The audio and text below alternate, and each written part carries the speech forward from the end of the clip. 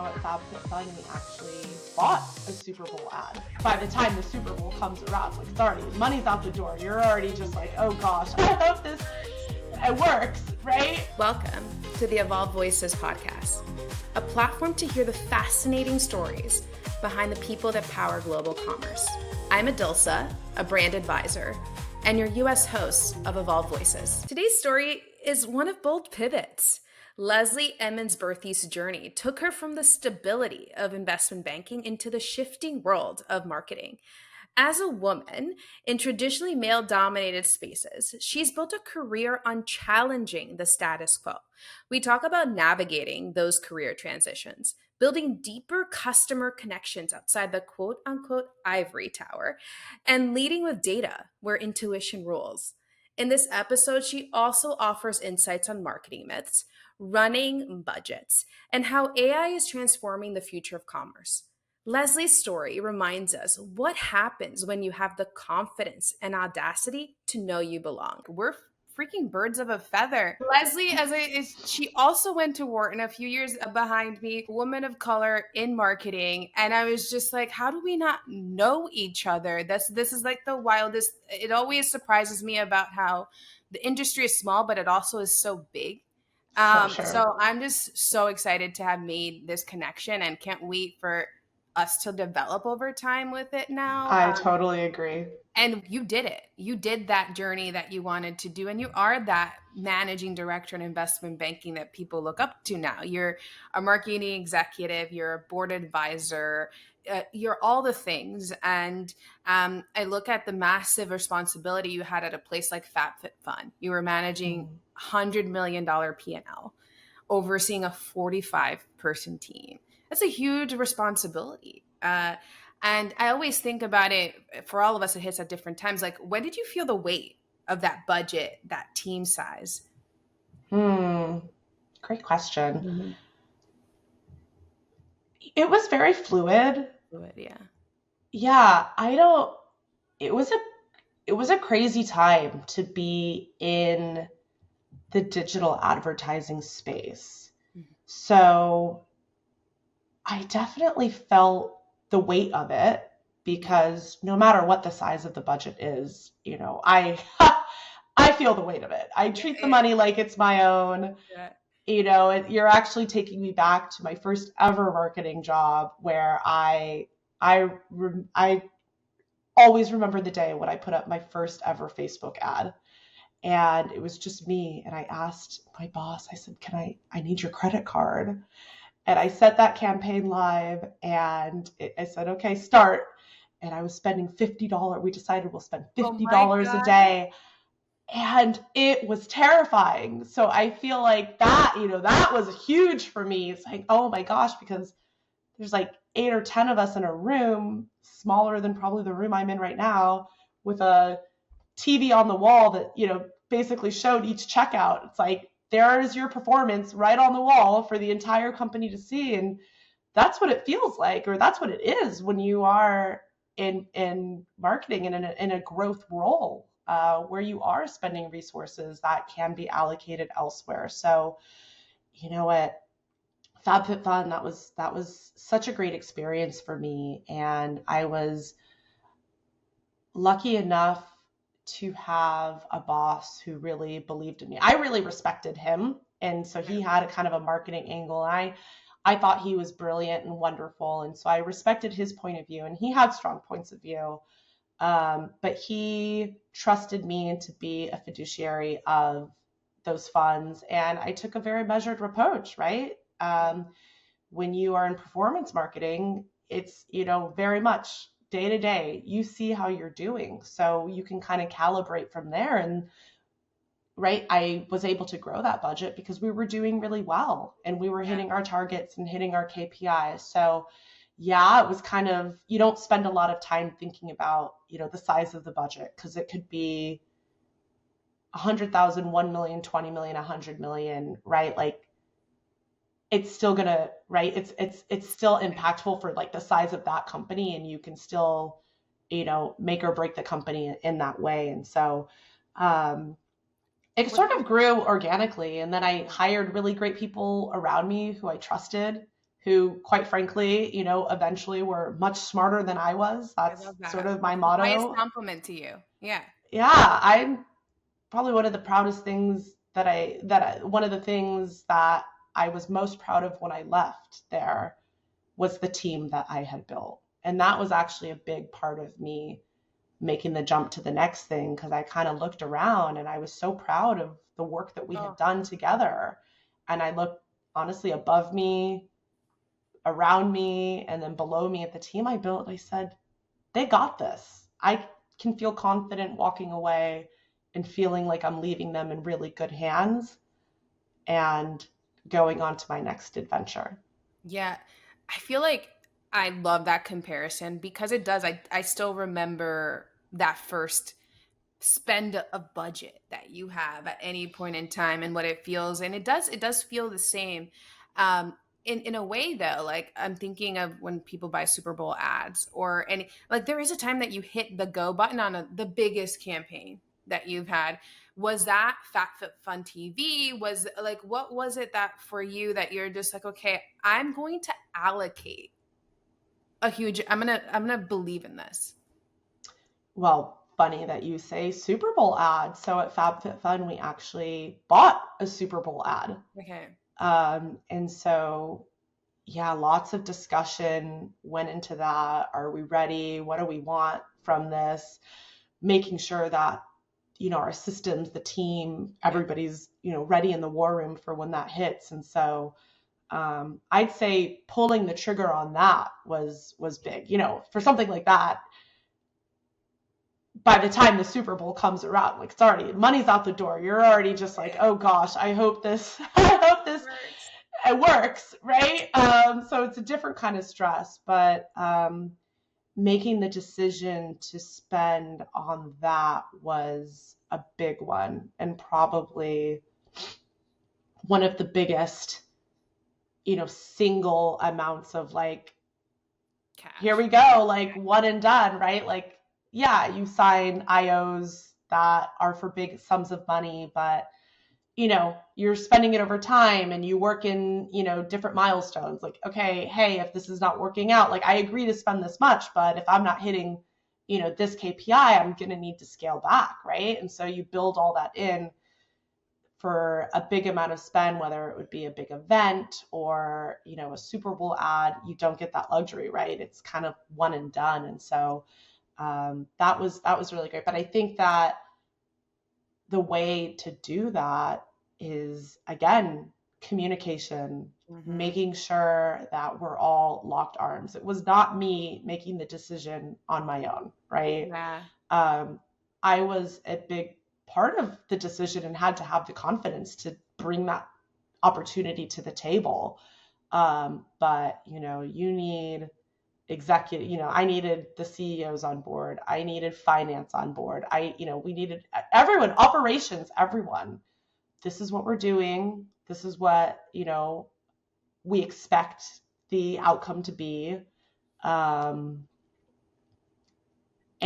if the outcome is not what we expect it to be, this is what we're going to do. And these are going to be our learnings, and, making sure it's not going to bankrupt you if you don't get the outcome you want, but really thinking hard about what you're trying to get out of it and making sure everyone is on board with that vision is really important. Super important, especially because it often requires trade-offs across other teams, especially when it comes to marketing. And I always think of, for me, when I, directing the marketing budget, it was a lot about what KPI I focused on. And that was a fundamental thing you needed to triage with finance. Like, what were we optimizing for? Was it for ROAS? Was it for LTV? How did we weigh in CAC? What do you think is the maybe some marketers may go wrong in managing a budget that you've over time learned that works? Yeah, I to be successful, my most successful opportunities have been, right? So internally, there's different layers to this, right? Yeah. But yeah, having having the trust between marketing and finance. And I think more than ever, it's taking your finance team along on the journey. So, you can see in platform ROAS and all that, but in my career, it's always been about LTV, right? And working with, finance and analytics on that to really get comfortable with, what is the LTV of our customers, our different segments, then what is our allowable CAC or ROAS, and feeling really good about that. And I think sometimes as the marketer, right, then I take that and I have my targets, but I know that different channels are different, right? So some are going to be higher or lower. And so you get that question, well, why are you, you're totally off the mark here, but you're, I don't know, SMS text, like that's super high ROAS. Why don't we move all of our budget over there? And I think especially in today's world, right, where, as we're recording this, companies are worried about tariffs and the economy and all that. I think the companies that are going to succeed are the ones that have been thinking in that full funnel way. And that's been true my whole career, but different at different times, different things have been emphasized, right? So if you're at like a VC backed place and, there was one time where it was all about growth and then it's, all about being cash flow positive and all of this. But I think as the marketer, keeping your head straight on your shoulders and saying, okay, well, obviously this needs to work within the P&L, but then within that, what are my long-term bets? Yeah. What are sort of my medium-term bets? And like, what am I testing into? Okay, what's the bread and butter that kind of just, makes everything come together and helps like average that down. But even now, there's just so much more that you can do between incrementality and media mix modeling and stuff like that to better show the full picture. But I think you need to have really tight communication with your finance to let them know how you are, like why you deserve to be a steward of this cash, I'll call it, right? Like be such a big, OpEx center and how you're measuring it. And I found that that's really what they want to see. Yeah. Here are the tests I'm running. Here's what I expect from it. Here's why we're doing it. Okay, here's what I learned from it. This is how I'm iterating. And you bring them along on the journey so that you're both speaking the same language is really important. And I think also having a close connection with your product team too. Oh, huge. One of the things that resonated with me the most is how you started out your career. This was like way back when. And I also went to summer programs. Okay. So I was part of Inroads and A Better Chance. They all gave these opportunities to people in inner cities to be able to get exposed to business. You were part of LEAD. Yes. And then you walk into the boardroom of PwC. And I think that reaction that you had was so amazing. And I want you to share that. Can you take us back to that moment and share what was running through your mind as you walked in and saw that table? Oh, wow. Yeah. Thank you for bringing up. I don't, this just goes to show you how deep we went, how deep we go. Yeah. Because I don't share that story often anymore. But yes, we were talking about the different programs that we were exposed to. And so I had the opportunity and the honor of being a part of a program called the LEAD program. And, again, I'm really grateful for the way I grew up and, my parents providing for me and all that. But, there are, people like us, a lot of times, our generation, we were just kind of figuring things out, right? Just kind of reaching in the dark. And I remember, I got all this mail. I guess we would call it spam mail now, but back in the day, I'm just, Don't age us, Leslie. Don't age us. But I was open up every one of those envelopes, and one of them was for this LEAD program. And I thought, what is this? And so I applied, and it was a program to expose, minorities and to business and the business world. And that is nothing, I knew nothing about that. I went to school with people who were extremely privileged, and I would just kind of look around and say, I was choosing my career path by like, oh, well, you have a nice home. Like, your dad seems successful. What does he do? Oh, okay, he's an accountant. Okay, that's what I want to do. And so, yeah, the program, the lead story was I got accepted to the lead program, and so you would be assigned to different programs in different business schools. And so, I was from Los Angeles, California, and found myself. My parents dropped me off at University of Michigan. I was assigned to University of Michigan, and so we would take sort of mini courses from the professors during the morning and learn about, accounting and economics and finance and all that. And this was a high school program, so kind of a mini course geared towards high schoolers. And then in the afternoon, we would visit these companies. And because I was at University of Michigan, we would often go into Detroit and visit all these different companies. And I will never forget going to PricewaterhouseCoopers, an accounting firm, and it was in the middle of Detroit, I think. I don't know. It's all like this was like the grandest thing. It was all a blur. Like, I mean, my goodness, this was like bigger than Disneyland for me at the time, right? And taking an elevator up to a floor, and we were to meet with different, executives from PricewaterhouseCoopers who were going to come and talk to us. And they took us into this conference room. And in my mind, I would love to go back to that conference room today, because in my mind, the table in this conference room is the size of a football field. It's massive. And I'm like, and I remember I'm even getting giddy thinking about it now, because I very distinctly remember they said, okay, file in, go sit around the table. And I don't know how many of us, I mean, more than 20, 30, 40, like how many of us were there? Let's go with, 40, 50 people. And, I'm sitting at one end of the table and someone else is sitting all the way across. And there's like these cookies, right? These cookies that these corporate cookies that had like M&Ms in them. And I remember saying, wow, if I ever get to sit at a table like this again, I will know I've really made it. You will get your cookie. You will.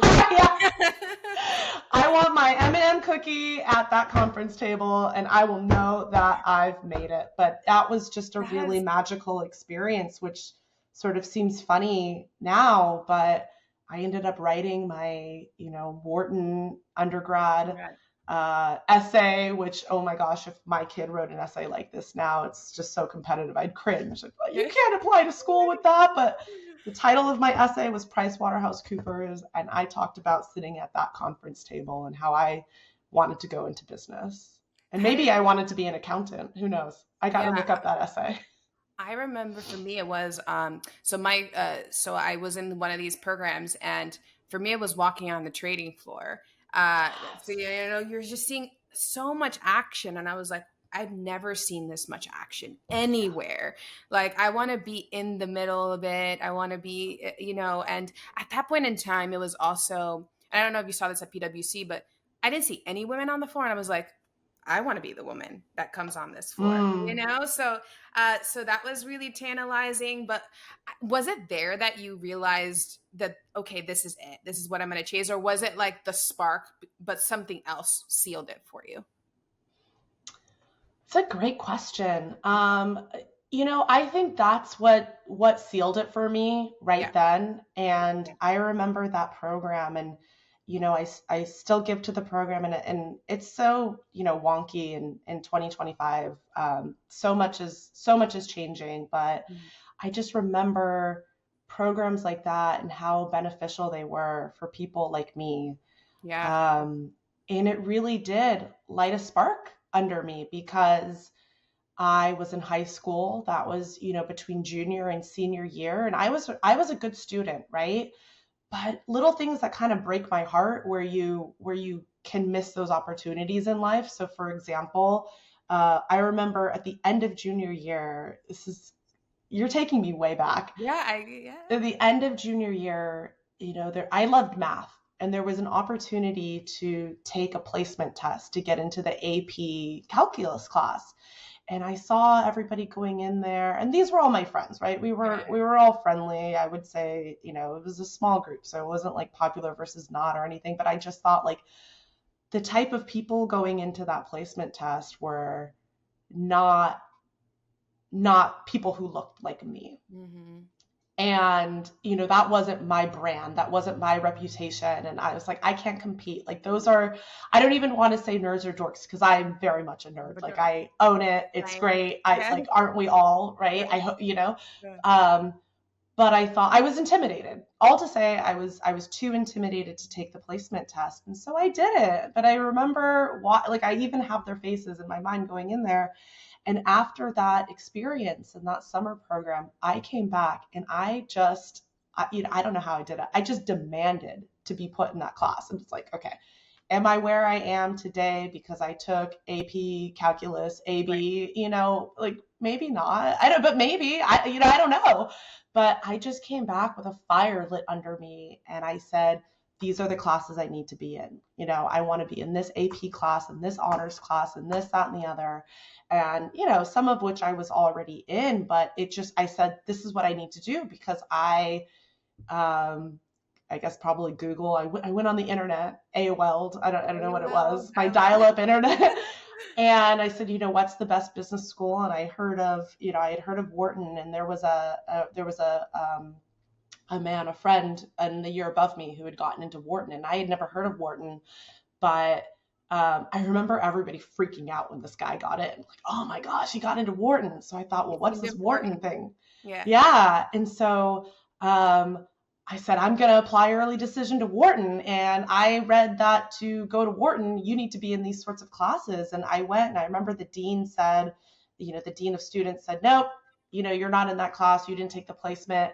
And I just filled it. I said, nope, well, I've decided that this is my schedule. And because I want to be in that class and this class and that class, like nothing's going to work out except this. And I just kept going there every day. And finally they broke down and they said, fine. Like, we talked to the math teacher, go be in the class. And I did fine. And it was great. It was so much fun actually. And it's, to your point, you get that light lit under you, and then you get that, maybe it's confidence, right? Because I didn't have the confidence I would to say take it. The audacity to be like, I belong here. So like, I'm going to take it, which is, I'm sure you and your husband are thinking about so much as you have your 3 kids right now. It's like, how do you build that confidence? Because that is what gets us there. That is the make or break between high potential and not. And for me, I don't know where it came from, but I definitely had it. And that is like the spark, right? And I think so much about, I've always thought about like, when did I make that call for myself? But I don't think we often think about when we decide what not to do. And that's almost like the most important thing, right? It's like the filtering out. And for you, you grew up in a household with 2 physicians, obviously set a high bar for achievement, but you knew at an early age that medicine, it just wasn't for you. Do you remember the moment when you realized you were like something different was ahead of you? Yeah, I think, I grew up, my parents were physicians, and it's funny now when later in life you think back, like, what could have been? Would I have more flexibility now?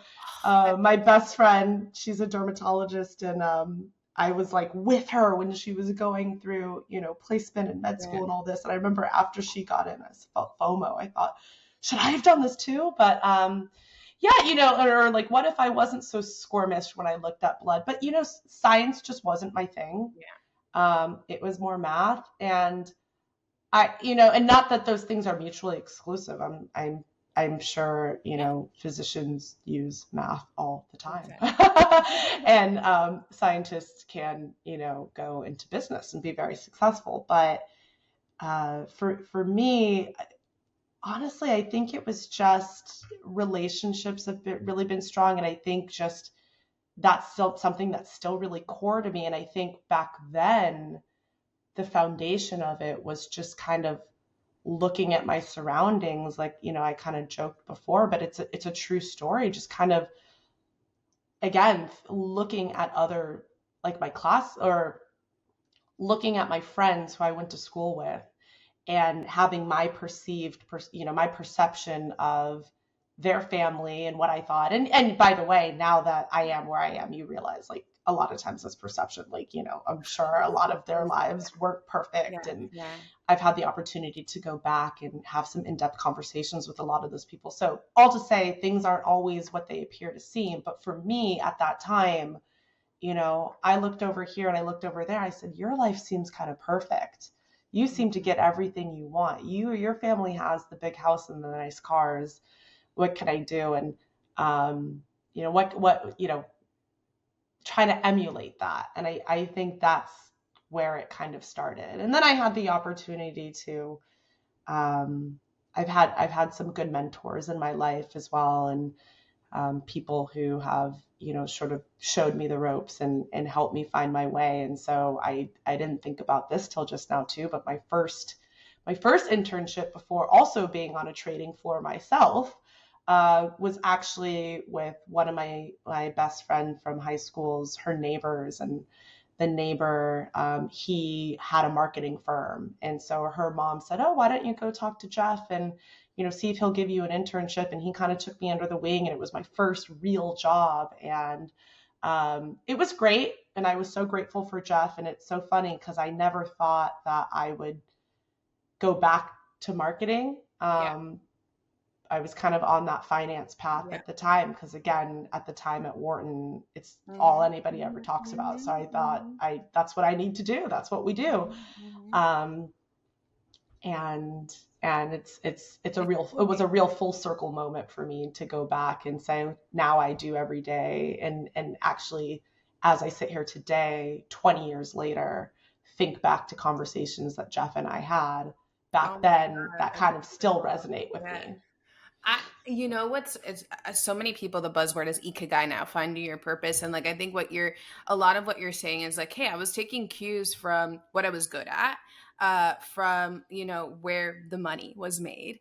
But what you couldn't anticipate is life. And what are the things like flexibility that now it's such a huge word, right? Like, it's like, how do I have a more flexible life? But how you didn't know that back then. We could only work with the cards we were dealt. So it makes me think that ikigai is a moving motion.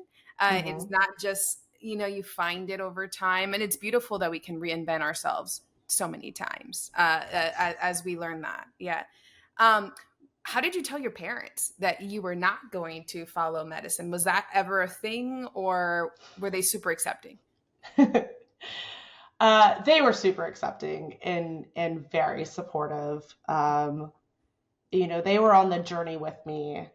I remember, a couple things. I never felt pressured to follow in their path.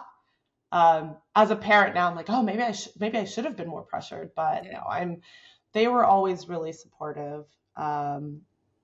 It's funny. I was laughing when you asked me that question, because I do remember very distinctly when I was deciding whether to take an investment banking analyst position, and those were just that program was known to just be very hardcore, right? Like really, I there was a span from, I think, July to December where I worked 7 days a week and had no time off whatsoever, and, slept under my desk and did the whole thing. But I was deciding whether or not to take that. I remember talking to my mother, and I said, oh, Mom, I don't know if I should take it. And I forget exactly what I said. I said, it's going to be really hard. It's really hardcore, or something like that. And she said, yeah, I know what you mean, residency. And I'm going to mess this up. I'm not even going to try to Google, but however long residency was, she said, oh yeah, when I did, my 4 years of whatever. And I said, 4 years? Oh no. So yeah. I was like, oh, no, this is like a 2-year program, Mom. And that sealed it for me, because I said, my mom, she was not meaning to flex or anything like that. But with that subtle, I laughed, because with that subtle anecdote, I was like, oh, I need to stop whining about this and just go do the thing. Like, what am I even talking about? Oh my God, it's so funny now. Don't you think about it? Like in the scheme of things, it's probably not that long, but for us, it just felt like forever. Like more than 2 years. What are you talking about? And like, we just talked about like, the moving target of Ikigai. And I feel like what's really fun about following your career is you've been intentional about how you get closer to the revenue side. And so that has meant a few career pivots along the way. You went from banking to fashion. You did finance to merchandising, I believe. And then you finally landed in what I call the beautiful world of marketing. I'm sure each pivot was challenging, but which one do you think was the hardest? And why was that? Wow, that's great. A couple things come to mind for different reasons. So I'd say the first one, the first one was the hardest was deciding to leave finance.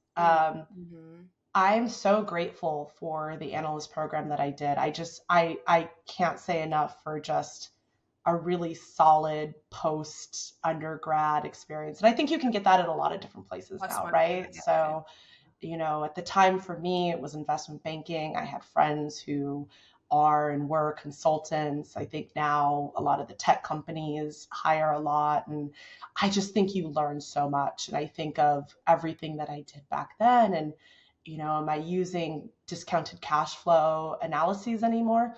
No, but it just shaped who I am as an individual. My ability to, at a very young age, walk into a room and just hold your own, right? Like if you didn't grow up in the room where it happens and you weren't exposed to things like that, investment banking analyst program was, such a boot camp of, now you are going to get a suit, get the shoot, like dress the role, fake it till you make it, like act a certain way, talk a certain way. Even I wonder if they still do this. I still remember the etiquette class we took as the analyst program. I had an etiquette class. Oh yes, I remember. It was Bank of America, so they had someone come in, it's based in the South, and I don't remember her name, but I remember her very thick Southern accent and coming in and was talking about client dinners and how to prep when you're planning a client dinner. And I'll always remember she talked about the napkins, like, go and, make sure that they have dark napkins, black napkins, because if someone's wearing a dark suit, they don't want to put a white napkin because then the lint will get it. And I thought, my goodness, I've never thought of that before. And also, who does this? But little stories like that stick with me. Now when I'm in, very nice restaurants, I think, what color are the napkins? And I wonder if they... I sat with... And it was, maybe it wasn't so much of an etiquette training class, but I think he was trying to teach me, having not come from the world of business, like how to do in business. And we went for a lunch. And at the end, I was like, oh, he's obviously more senior than me. He's like, and he puts out his credit card and I didn't at that point in time. And he was like, in the future, you should. Yes, they'll pay for you, but like, this is the way you handle this situation. And just having that etiquette taught before getting into it was so, so invaluable. Not having had that like wherewithal at that time. Yeah, for sure. Yeah. So that was quite an experience. And to your question, I think, going back to your original question, I think banking in that finance world for me at the time, it was a way of life, and just feeling so close and for better, but sometimes for worse, to the point about the transition you make. I was scared. I'll even say scared to leave because, they kind of indoctrinate you. Like when you get the client model, oh, we're going to have to rip it up and do everything. Like, they don't know what they're doing, blah, blah, blah, blah, blah. And, they would say all these things. And so then I got this offer to go to Ralph Lauren, and Ralph Lauren was just, I had friends who had gone there after undergrad, and it was just a company that I respected as a business in so many different ways through different interactions I had seen with, the recruiting team and whatnot. So great recruiting team, great program there too. And it sounds ridiculous to me now, but at the time I thought, oh my gosh, if I leave this finance world, I'm going to go out in the world and, am I going to work with dummies? Yeah, I don't know. I feel really silly saying that, but that's literally what they made me think. You know what I was scared of? I was scared to work with women. I was like, Oh, I was like, I that's was a big so one. like, I was so used to working with men. They're like, oh, how are you going to deal with all these girls? And I was like, wait, is there a different dynamic? Is it going to be different? And so I was just so used to working with men and how direct they were. And those were the warnings I was getting. Like, are you going to are you going to enjoy this? So did that impact your decisions? Because it's so weird how we, It like Inception, related people for put those sure. I mean, things. I was there longer than you for that reason. I was there for Yeah, 4 years instead of the 2 years, just because in my head I was like, oh my gosh, like is this going to be such a hard adjustment? So yeah, yeah, it does impact you, and so yeah. that makes me so. I'm interested for you, like. What was the thing what was the checklist maybe in your head that you were like, okay, I'm going to make this move? Was it the 2 year market and this offer came? But what made you brave enough? I, you know, I knew pretty early on. I was grateful for the experience. I was grateful for the experience, but I knew pretty early on that banking was not going to be a career for I me. mean, yeah. And actually, I was there, it was great. And when I left, it was already 2008, right? So we were starting to see the downturn in financial markets and whatnot. Maybe I left right before that, but I had gotten, actually, the only female MD on my floor. I had had a really great heart to heart with her, and she had encouraged me to try something new, which Mm-hmm. was really, really, really tough feedback at the time, Yeah. Yeah. because Yeah. it made me think, like, do you not think that I can do this? Do you not? But I looked at, again, it was that relational and looking above, and honestly looking at, not my peers and not even one or two levels above me, but looking at the highest level Right. and seeing, and they're great, like people who had been there their whole careers and that was their calling and had obviously done very well for themselves. But I just kind of looked at the lives they led. There were like very specific things. I remember like a very stressful time when I was working on a stressful project, and I remember looking at the MD, and it was just a flash thing, and I thought, oh God, he's nervous too. And then Oh my God. it was this weird thing because you were so junior that you just thought that, okay, when I get to a certain level, no one can touch me. It's like even the level that, we may be at now, and you realize, no, you still work hard, you still, you still have clients, you still do all these things. So, that translates across industries no matter what you're Yeah. doing. But I think it kind of broke the, what do you call, if it was like this perfect thing, The it wall, wasn't like the the photo. Yeah. yeah, it was like I had it on a pedestal and it just kind of fell and cracked, and it wasn't life shattering. It wasn't, I just realized, like, oh yeah, if I'm really passionate and I love what I'm doing every day, I should keep doing this. But if it doesn't feel quite right, um I should give myself permission to explore other things, because I think, this is obviously something that, if it's for you, it's going to be great. But I knew it wasn't for me. And so I thought I might as well just try something new. And to your point about bringing me back to getting closer and closer to the revenue generating side of things, you know, sure, I'm not here to say anything disparaging to, investment bankers or Yeah. anything like that. But, in the services industry, it's very outside looking in, right? You meet with, and you can love that. It's a great place to be if that's what you want to do. But I thought, well, I'm making all these decks. That was the thing for me. I enjoyed doing the work that no one liked Else. doing. Mm-hmm. I used to always say that. It's like, what do you mean?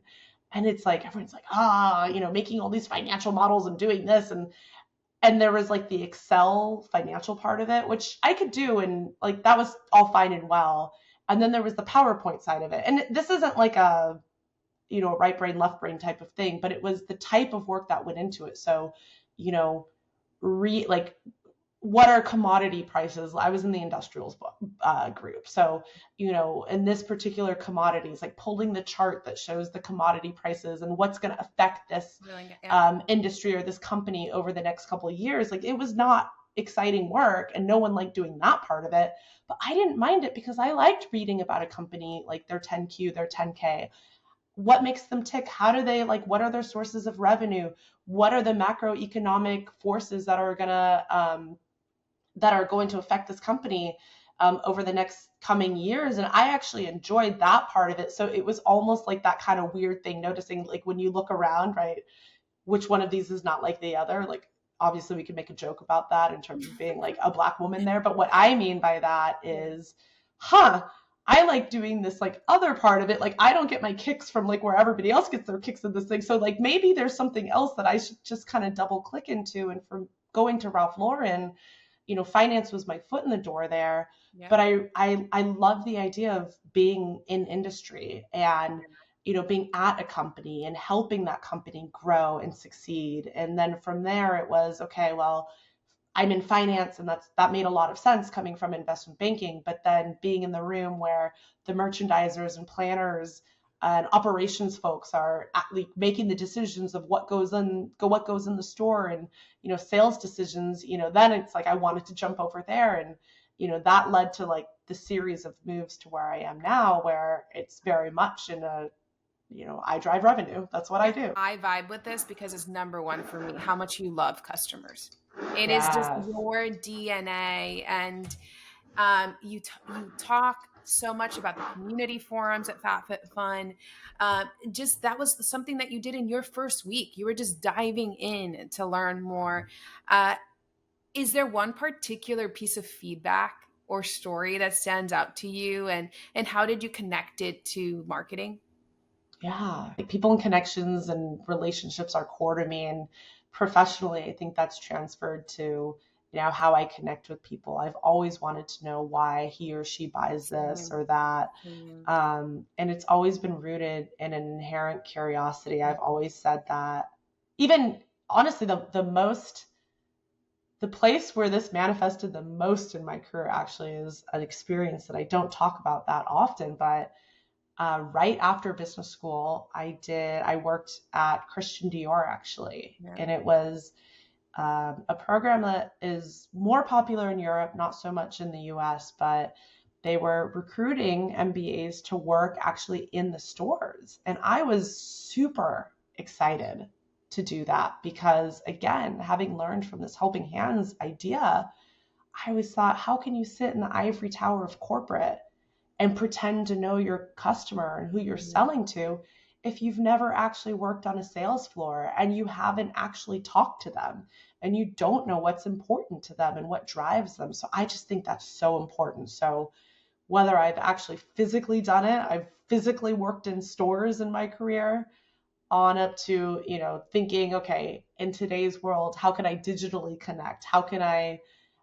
create and foster that same sort of interaction and relationship online so that you're always having that two-way communication? And that's how you build relationships. And I think that's how you build long-term loyalty within whatever product you're selling. Point that you say, because that's actually one of the things I love the most about SoulCycle. I actually had to be like an employee on the floor, setting up the bikes, cleaning the bikes, and being that person, because you had that connection to the cycler, and we're learning what they wanted on the spot, what they were saying about this studio. There was nothing like it. You were literally at the reception desk at the bike, and there was things that you heard that you could not hear while what you call the ivory tower. So as I was listening to one of your podcasts, we have very similar story arcs. Wharton, finance, marketing. We chose a different concentration. So you chose finance as your concentration. I did choose marketing. And you had said at that point that, like, man, and I get this because I was there. Everyone, for those listening, you just hear is iBanking or consulting when you leave Penn and Wharton. And all those people think that marketing was soft. It's just like the fluffy story. Now, a few years removed from that, what do you think is the one myth you want to bust for somebody at Wharton choosing their concentration, that maybe marketing is the choice?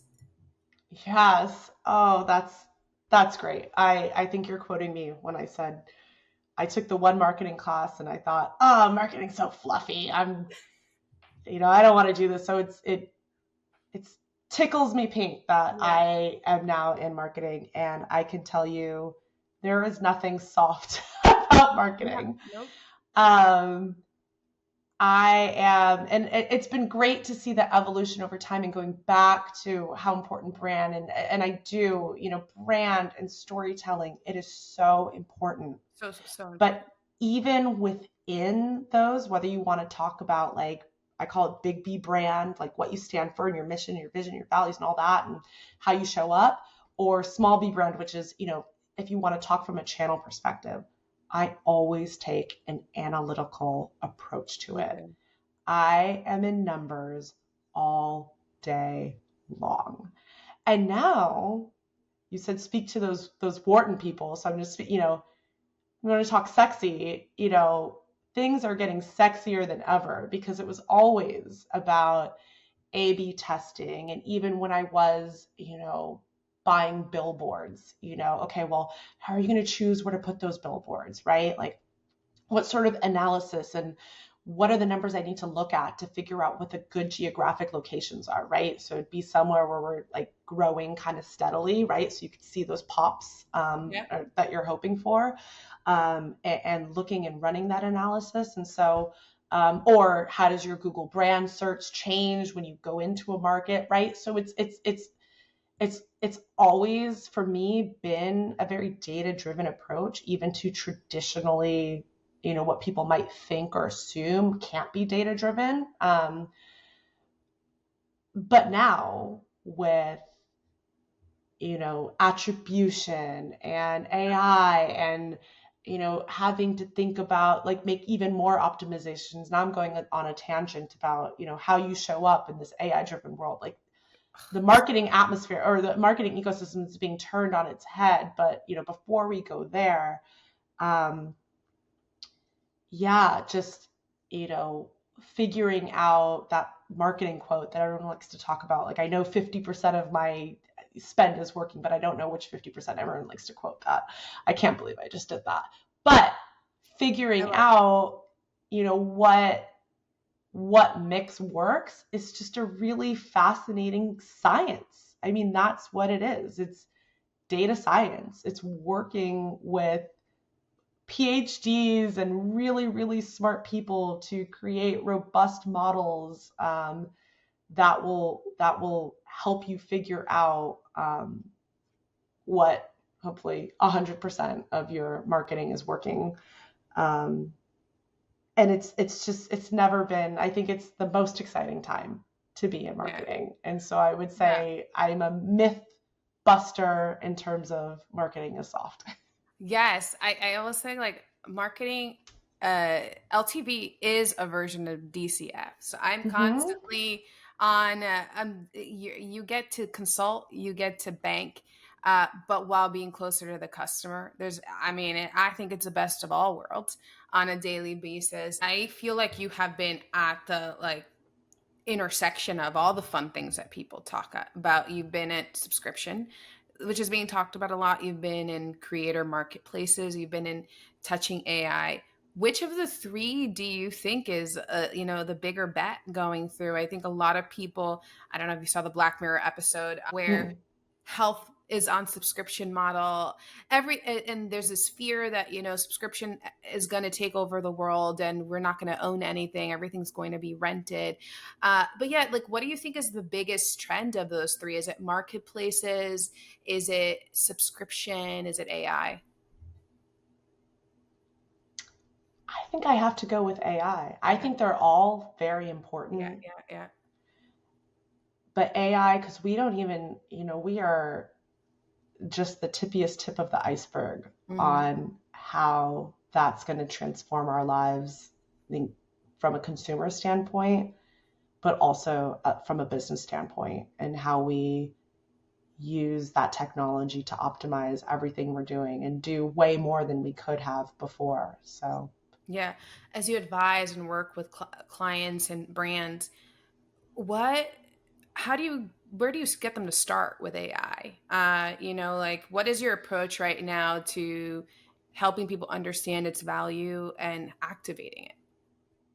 Yeah, so I think a lot of it right now internally is, building a culture of experimentation, which is something that I've always talked about, but even more so now, right? So I've been asked in the past, well, how do you build that culture around AI? Is it, a center of excellence where you have, I think a lot of companies started there, like, this is the team that's exploring and, hopefully it's cross-functional and, they're going to go do the good research and come back to us. But I think we quickly saw that does not work. It needs to be infused into the culture. And so I've done a lot of thinking, and I share this with, how can I do that as a leader? And how can I even more so? So I think people get, right, like A/B testing on a platform. Like we've been doing that for years. And so I don't need to show my team like, hey, I created this ad. Like if I'm creating the ads, something is really wrong, I would say. However, one of the things that I did most recently was I created an ad. I researched AI tools, and I went and I trained my model. I went to my creative Dropbox and I said, okay, here's some things we're going to do. And I just played around with different prompts, and it was hideous, right? And I'm not going to take credit for it being hideous. I'm going to say that the technology is still evolving. Okay. But it was not me for sure. I can guarantee that, but it was really fun. I can tell you that. And, I didn't come to my team and say, hey, this is perfect. Look what Leslie did, and let's put this out and test it. One day I'll get there. But with this particular example, I shared it because it was close, right? I said, look at this. And it looked like a shoot that we could have done, but it was all AI generated. And really it was great. You could do so much that is ready for prime time. With this particular one, I was just pushing the envelope, and I got a little tripped up with trying to add the text overlay. Anyways, the point of it was to show the team. Yeah.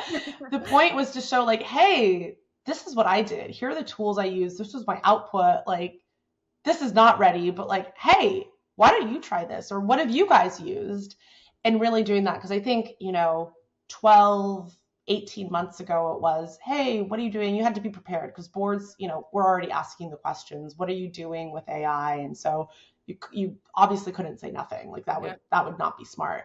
But I think a lot of it wasn't really ready. Whereas now the improvements that have been made is a lot of it is ready. And the newer brands I see are working like much smaller teams than of the past. And this isn't to mean that also, like, I think there's still a job for people. There's still jobs, like lots of jobs to be had, but it's so interesting. Instead of like, you can just, again, increase your output a lot. And I think it just like kind of the skills change to be really good at it. Right. So like, who's going to be really great at training the model or writing the prompt and doing all these things? I think it's a really exciting time because we'll all still be there, but our skills are kind of evolve and change with the technology.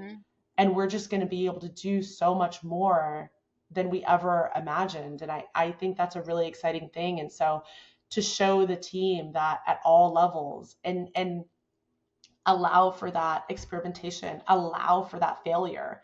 I tried this and it's awesome. But I tried that and it is really ugly, and let's all laugh at it and kind of have a good laugh about that and move on, I think is what we need to do. And I think that people get it. And I think people understand it more than ever. And so allowing people to have the leeway to adopt those technologies and try and share and create those conversations is where it's at. And then I know, for bigger companies or I think there are a lot of partners and vendors out there who are also working on some really interesting solutions, right? Agents to help us. I have a good friend who, his whole firm is about making sure that your company is AI ready and kind of testing your AI readiness and helping you get there. So good news is, if you're ready as a leader, foster that and live and breathe it yourself. If you need some help, there are lots of companies out there that are ready to help you make that, AI transformation. And we just got to make sure that we're doing it. You said you experimented yourself. One, I love that because as leaders, we need to be also having skin in the game. It's not just the teams. I think the way you get invested, hey, I tried too. That's how you get them invested, but also creating that time and space for experimentation among the team. Before we close, I have a fun question. One of my friends told me, like, hey, what's the one thing you don't know around you that you appreciate? Like random thing. For her, it was like her ink pen. Like, it was like the way that like it flowed on. And for me, it's actually like in my bathroom, there's a dimmer. And I didn't know that I needed a dimmer in life, but like when I wake up in the morning, I need soft lighting in the bathroom. It's the thing that you didn't know you needed. Yeah, exactly. I love that question. I've done that as an icebreaker before. Bring one thing that means the most to you. It's been so interesting to see the different sort of responses I get. I've done that, especially in today's world with remote teams and whatnot. Yes. I'm big into, carving out time, right? Like I think especially in this work from home culture, remote culture, you miss that sort of water cooler talk, if you want to say, or just getting to know each other talk. And so, my some of my teams have laughed at me because I'm big on icebreakers, and that was one of them. And it was so interesting to see what people bring. You really. What do you? I'm like, I want to be on Leslie's team. What's the most random thing that somebody's brought in? Oh gosh. Okay. So we've gotten everything from, really heartfelt, every time I move apartments or homes, the first thing I do is set up, my fridge with all of my pictures of all my friends and family and places I've been in the world, to handbags. I bought this Chanel bag, and there was a really heartfelt story about what it meant to her, to probably the most unique thing I heard is someone collected teeth. So that was interesting.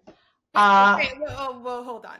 What do you mean collected teeth? Like teeth from like toy teeth or like no, baby teeth? Like baby teeth and stuff.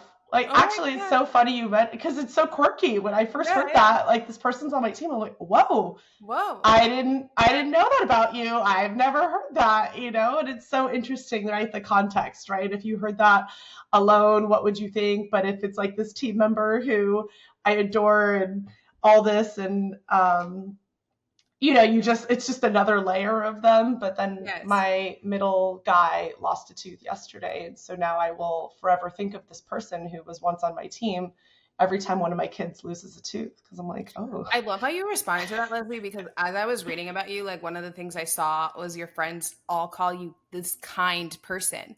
And the way you just like put that through together just like makes so much sense. And I'm so glad that like I found a partner in crime in sharing that with other people. Leslie, where can people find you? LinkedIn is a really great way to find me. Yeah. Leslie, I'm so glad we got to have this conversation. Overdue after our last one. I couldn't wait to get here, especially because you've navigated big pivots. You felt similar pressure of high stakes. I found myself nodding the whole way through this. So thank you for reminding us that evolving isn't static. It doesn't have to be loud, but it always looks intentional. And I'm so excited to have you again, because I know there's so much more we can talk about. Thank you so much. It's been really an honor. I always love connecting with you, and I'm honored to be here. I look forward to continuing the conversation.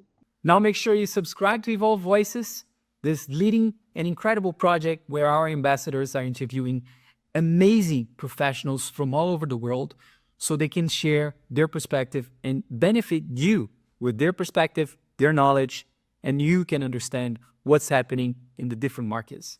Evolve Voices is a project part of the Evolve Commerce Club, the #1 and leading community where we connect international professionals in the world of commerce. We are now connecting professionals in more than 40 markets, and every week we invite an expert to share their perspective and their knowledge. So if you'd like to know more, you can always look at the comments. We have a link there so you can request your application, and stay tuned for the next episode. Thanks for watching. All the best. Ciao.